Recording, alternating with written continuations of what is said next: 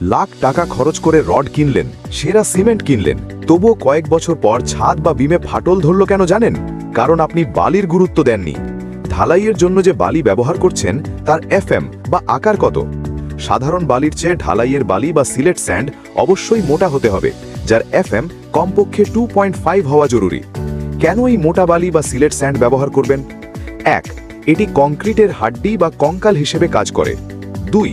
মিহি বালি সিমেন্টের সাথে মিশলে শক্তি কমে যায়, কিন্তু সিলেট বালির দানাগুলো সিমেন্ট ও পাথরের সাথে শক্তিশালী বন্ডিং তৈরি করে।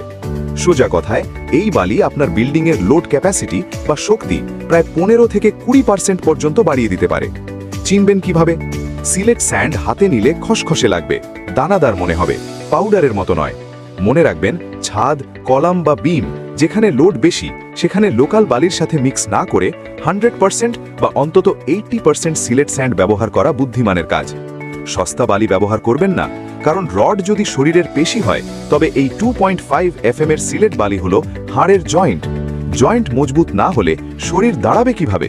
তাই বাড়ি বানানোর সময় বালির সাইজ 2.5 আছে কিনা চেক করে নিন। ইঞ্জিনিয়ারিং এবং কনস্ট্রাকশনের এমন রিয়েল টিপস পেতে এখনই ফলো বা সাবস্ক্রাইব করুন।